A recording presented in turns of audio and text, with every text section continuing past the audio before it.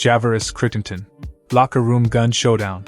On December 21, 2009, NBA player Javaris Crittenton walks into the Washington Wizards locker room with a loaded .45 caliber pistol. He's angry over a $1,100 gambling debt with teammate Gilbert Arenas. Witnesses say he pointed the gun and told Arenas, "Pick one." Both players are suspended. The NBA calls it conduct detrimental to the league. But this isn't the end of the story. Shooting on Macon Drive. In April 2011, Crittenton's Atlanta home is robbed, $80,000 in jewelry gone. Police later say he believed the robbery was gang-related. 4 months later, on August 19, 2011, he thinks he spots a rival gang member on Macon Drive. At 8:30 p.m., he fires from a moving car. But he hits the wrong person. Julian Jones, a 22-year-old mother of 4, is struck by a bullet and dies instantly. She was walking home with groceries. Arrest and sentencing. Crittenton is arrested 1 week later, on August 26, 2011, at Atlanta's Hartsfield-Jackson Airport. He's charged with murder, aggravated assault, and felony gun possession. Prosecutors call it a revenge killing gone wrong. In 2015, he pleads guilty to voluntary manslaughter and aggravated assault. The judge sentences him to 23 years in prison. NBA promise, lost. Crittenton was born December 31, 1987, in Atlanta, Georgia. He grew up a high school star, valedictorian, McDonald's All-American, and Georgia's Mr. Basketball. He was drafted 19th overall by the Lakers in 2007. He stood 6'5", weighed 200 pounds, and had serious potential. He played 3 NBA seasons and made $4.5 million. But after the 2009 locker room incident, no team touched him again. 2 years later, he was charged with murder. Current status today, Javaris Crittenton is serving a 23-year sentence at Pulaski State Prison in Georgia. He'll be eligible for parole in 2041, at age 53. Meanwhile, Julian Jones's 4 children are growing up without their mother. From NBA draft pick to prison. Next case is somehow even worse. Chance Comanche, missing in Vegas. On December 6, 2023, 23-year-old Marina Rogers disappears after a night out in Las Vegas. She was last seen alive with 2 people, her boyfriend and former NBA G League player, Chance Comanche. Police issue a missing person alert within 24 hours. But what begins as a search ends in a homicide. A $500 motive. Investigators say Rogers owed $500 to Comanche's girlfriend, 19-year-old Camille McDonald. That debt, according to court documents, becomes her death sentence. Detectives track phone records, surveillance footage, and location pings. Their findings are brutal. Rogers was lured into a car, strangled, and buried in a remote desert location outside Henderson, Nevada.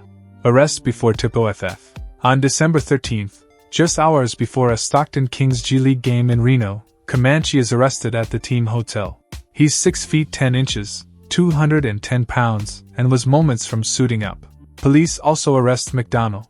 The very next day, December 14th, Rogers' body is found in a shallow grave. She had been dead for over a week. Promised to prison. Born April 6, 1996, in Los Angeles, Comanche played 2 years at the University of Arizona. Scouts saw raw potential in the lanky forward, but he went undrafted in 2017. Since then, he bounced through the G League and international teams, fighting for a permanent NBA roster spot. He made just under $100,000 in career basketball earnings. Murder charges pile up. Both Comanche and McDonald are charged with first-degree kidnapping and murder. Bail is set at $500,000, and prosecutors push for no parole. The case shocks the G League community. No one expected a current player to be arrested for a killing. According to the arrest warrant, Comanche intentionally participated in the death and disposal of the victim. Current status. Today, Comanche sits behind bars in the Clark County Detention Center. His trial date is pending. If convicted, he faces life in prison without the possibility of parole. The basketball career is over. The court documents are sealed. But the outcome, for Marina Rogers and her family, is already irreversible. From NCAA arenas to desert gravesites. Sebastian Telfair, Brooklyn prodigy. Born June 9, 1985, In Coney Island, New York, Sebastian Telfair grows up a basketball prodigy. By 17, he's a national sensation, averaging 31.2 points at Lincoln High and signing a $15 million Adidas deal before ever stepping onto an NBA court. Drafted 13th overall in 2004 by the Portland Trail Blazers, he's supposed to be Brooklyn's next king. Flashing lights. But on June 11, 2017, everything changes. At 2:50 a.m., police pull over Telfair's Ford F-150 in Brooklyn. The headlights are off, and the stop starts routine, until officers look inside. What they find is staggering: a ballistic vest, a gas mask, and a military-grade arsenal. Full arsenal. 3 loaded handguns, a semi-automatic rifle, and over 400 rounds of ammunition are stuffed into bags in the truck. Several guns have their serial numbers scratched off, an automatic federal crime. Security footage later shows Telfair and another man loading the weapons just hours earlier. Courtroom fall. At trial, Telfair pleads not guilty but faces damning evidence. Prosecutors highlight his previous 2007 gun arrest and use it to establish a pattern. The judge calls it extraordinary recklessness and convicts him on felony gun possession. He's sentenced to 3.5 years behind bars, serving time at Rikers Island. Personal tragedy. While incarcerated, Telfair loses his mother. He is denied release to attend her funeral. Once celebrated as a New York legend, he becomes a cautionary tale of wasted promise and unchecked downfall. His total career earnings, over $19 million, can't undo the damage. Current status. Today, Telfair has completed his sentence and been released from prison. But his NBA return never came, and the Adidas star of Coney Island now lives in quiet exile. The name once whispered alongside LeBron, now spoken with disbelief. But the next case takes us even deeper into darkness. Jason Williams. From NBA star to killer. Jason Williams is born November 18, 1967, in Manhattan, New York. At 6'10", he plays 12 seasons in the NBA and earns over $90 million, mostly with the New Jersey Nets. A 1998 All-Star, he's known for his physical game and larger-than-life lifestyle. But that lifestyle turns fatal on Valentine's Day, 2002. The deadly shot. On February 14, 2002, Williams is showing off his 12-gauge Browning shotgun at his mansion in New Jersey. His guests include 55-year-old limo driver Gus Christopher, there to take friends home. What happens next changes everything. The shotgun fires, hitting Christopher in the chest. He dies instantly. The cover-up. But the shooting isn't reported right away. For 45 minutes, Williams and his entourage tried to cover it up. They moved Christopher's body, wiped down the scene, and staged it to look like a suicide. One witness later says Williams was joking around, recklessly waving the gun just before it went off. 8-year legal war. The investigation begins quickly. Prosecutors charge Williams with aggravated manslaughter, tampering with evidence, and hindering prosecution. He pleads not guilty. For 8 years, the case drags through mistrials, appeals, and delays. Christopher's family waits and suffers. In 2010, Williams finally pleads guilty to aggravated assault. The sentence. He receives a 5-year prison sentence, with no chance of parole for at least 18 months. He serves just under 2 years before his 2012 release. The Christopher family later says the time served doesn't match the damage done. Current status. Today, Jason Williams is a free man, but not a forgotten one. His name, once tied to All-Star games and NBA deals, is now remembered for a gunshot, a cover-up, and a family shattered forever. But this list gets darker still. Terrence Williams. The 11th pick falls hard. Born June 28, 1987, in Seattle, Terrence Williams grows up without a father. His dad is shot and killed when he's just a child. But Williams rises fast. The 11th overall pick in the 2009 NBA Draft, a 6'6" forward with explosive potential. He earns over $6.9 million in 4 seasons with teams like the Nets, Rockets, and Celtics.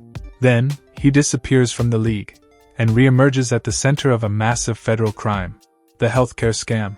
By 2017, Williams is broke and angry. He masterminds a plan to defraud the NBA players' health and welfare benefit plan, which helps retired players cover medical costs. Over 2 years, Williams recruits 18 former players, filing fake claims for medical and dental services that were never performed. Some treatments happened on dates when players were actually overseas or already retired. $5 million stolen. Altogether, the ring steals more than $5 million from the fund. Williams personally takes $346,000 in kickbacks, demanding a percentage from every fake claim filed. He sends WhatsApp messages to co-conspirators, sometimes threatening them if they hesitate. Prosecutors uncover falsified invoices, forged prescriptions, and elaborate fake treatment notes. Federal hammer drops. In August 2023, the court delivers its verdict. Williams pleads guilty to conspiracy to commit health care and wire fraud. He's sentenced to 10 years in federal prison, plus $2.5 million in restitution and $653,000 in asset forfeiture. During sentencing, the judge calls him the architect of fraud, who abused trust and damaged the very system built to protect players. Current status. Today, Terrence Williams serves his sentence at a federal correctional facility, with no parole in sight. His rise from NBA lottery pick to ringleader of a medical fraud empire is one of the darkest falls in league history. But the list of disgraced athletes doesn't stop here.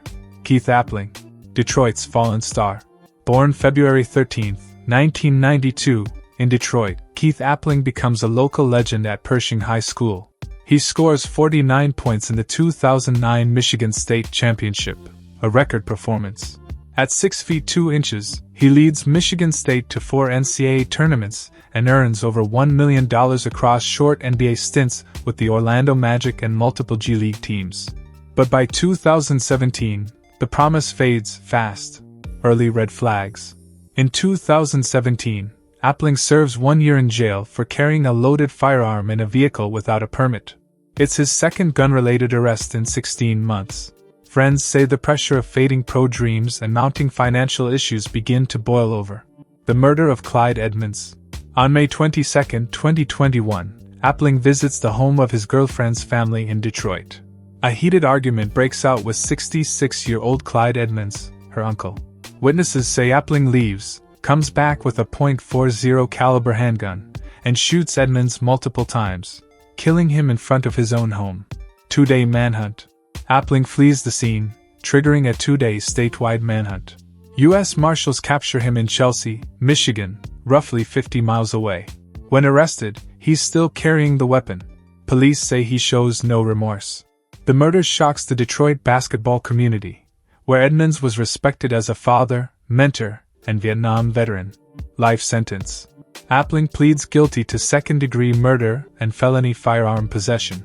In March 2023, a Michigan judge sentences him to 18 to 40 years, with parole eligibility after 20 years. He's incarcerated at the Michigan Department of Corrections, inmate ID 808110. Current status. Today, Keith Appling is 32 years old, with no chance of release until at least 2041.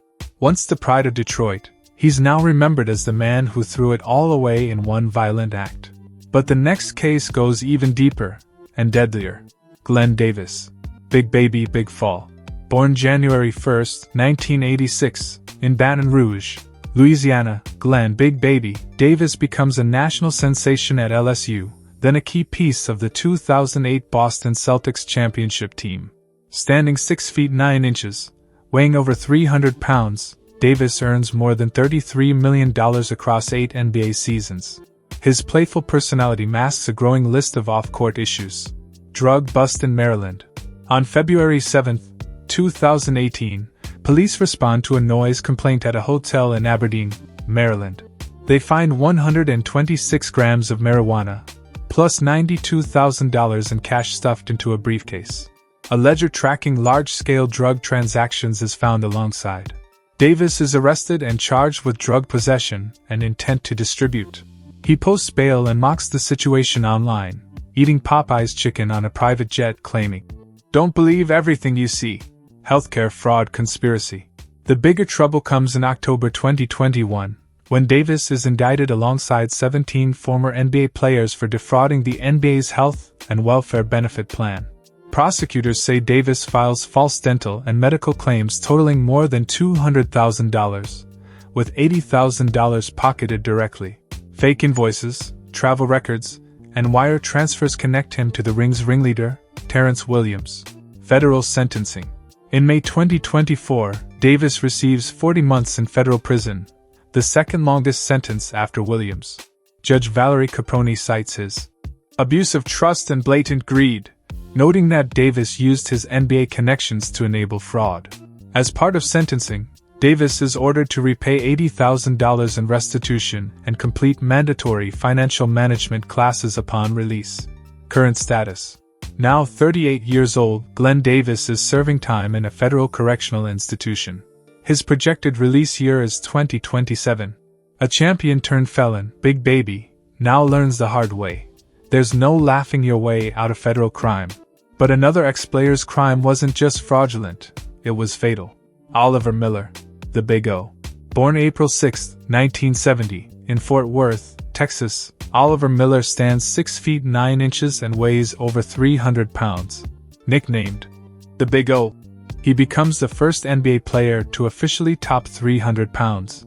Drafted 22nd overall in 1992 by the Phoenix Suns, Miller plays 8 NBA seasons, even guarding Michael Jordan during playoff runs. Despite elite passing for a big man, weight and off-court issues derail his career. Family barbecue gone wrong.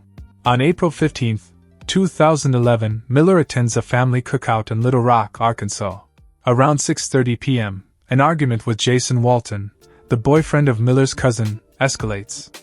Witnesses, including children, see Miller pistol whip Walton in the head, knocking him to the ground. When Walton tries to get up, Miller reportedly retrieves a 12-gauge shotgun, points it at Walton's head, and threatens to kill him.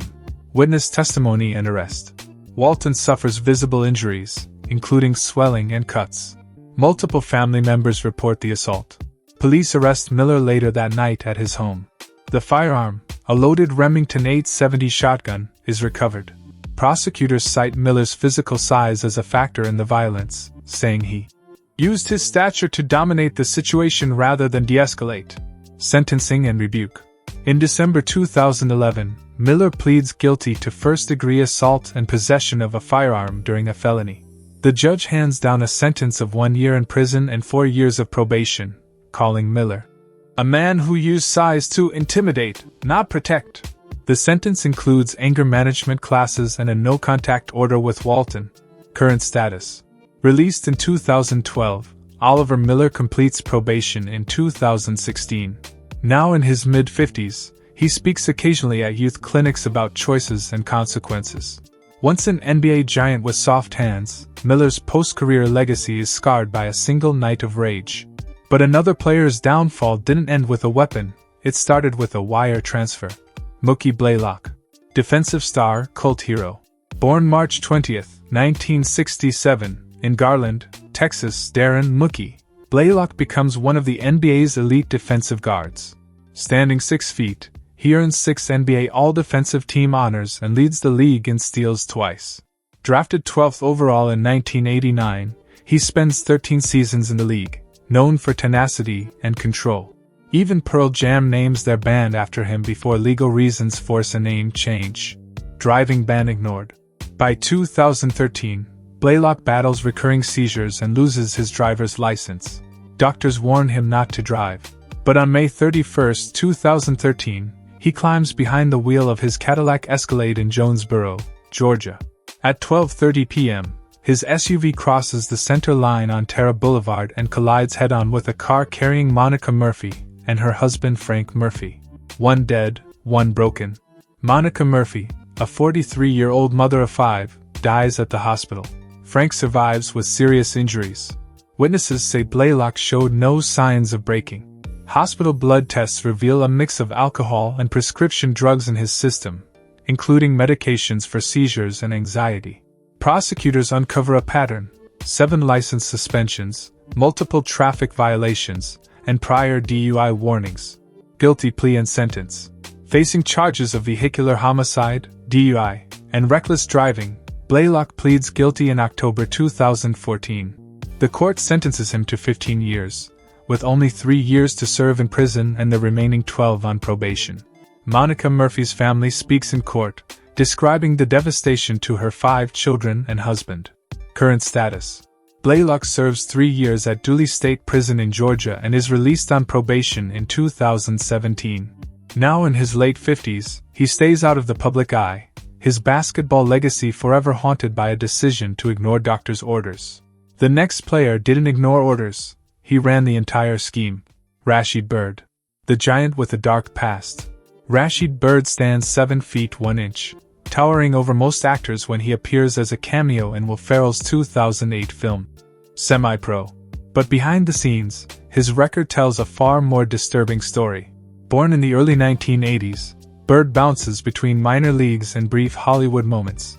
But his criminal history starts long before the spotlight. A decade of silence. In 2005, Bird is arrested in Washington state for an assault charge that never makes national headlines. Then in 2010, he's convicted of sexual assault but avoids a long sentence due to procedural errors.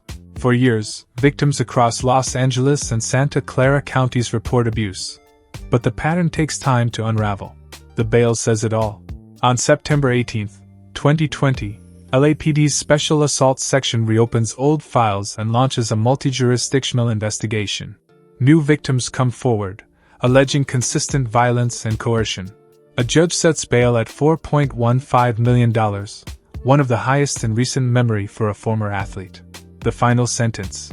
By March 2024, with multiple victims, DNA evidence, and courtroom testimony stacked against him, Rashid Bird is sentenced to 90 years to life. Prosecutors say he operated like a predator for nearly 2 decades, often targeting women who assumed he was safe because of his fame. Current status: Bird will die behind bars. He is ineligible for parole, and his name is now buried beneath one of the longest sentences ever given to a former pro basketball player. From NBA dreams to prison bars, this is the league's darkest roster. If you enjoyed this, I'll be posting more. Subscribe, and thanks for watching.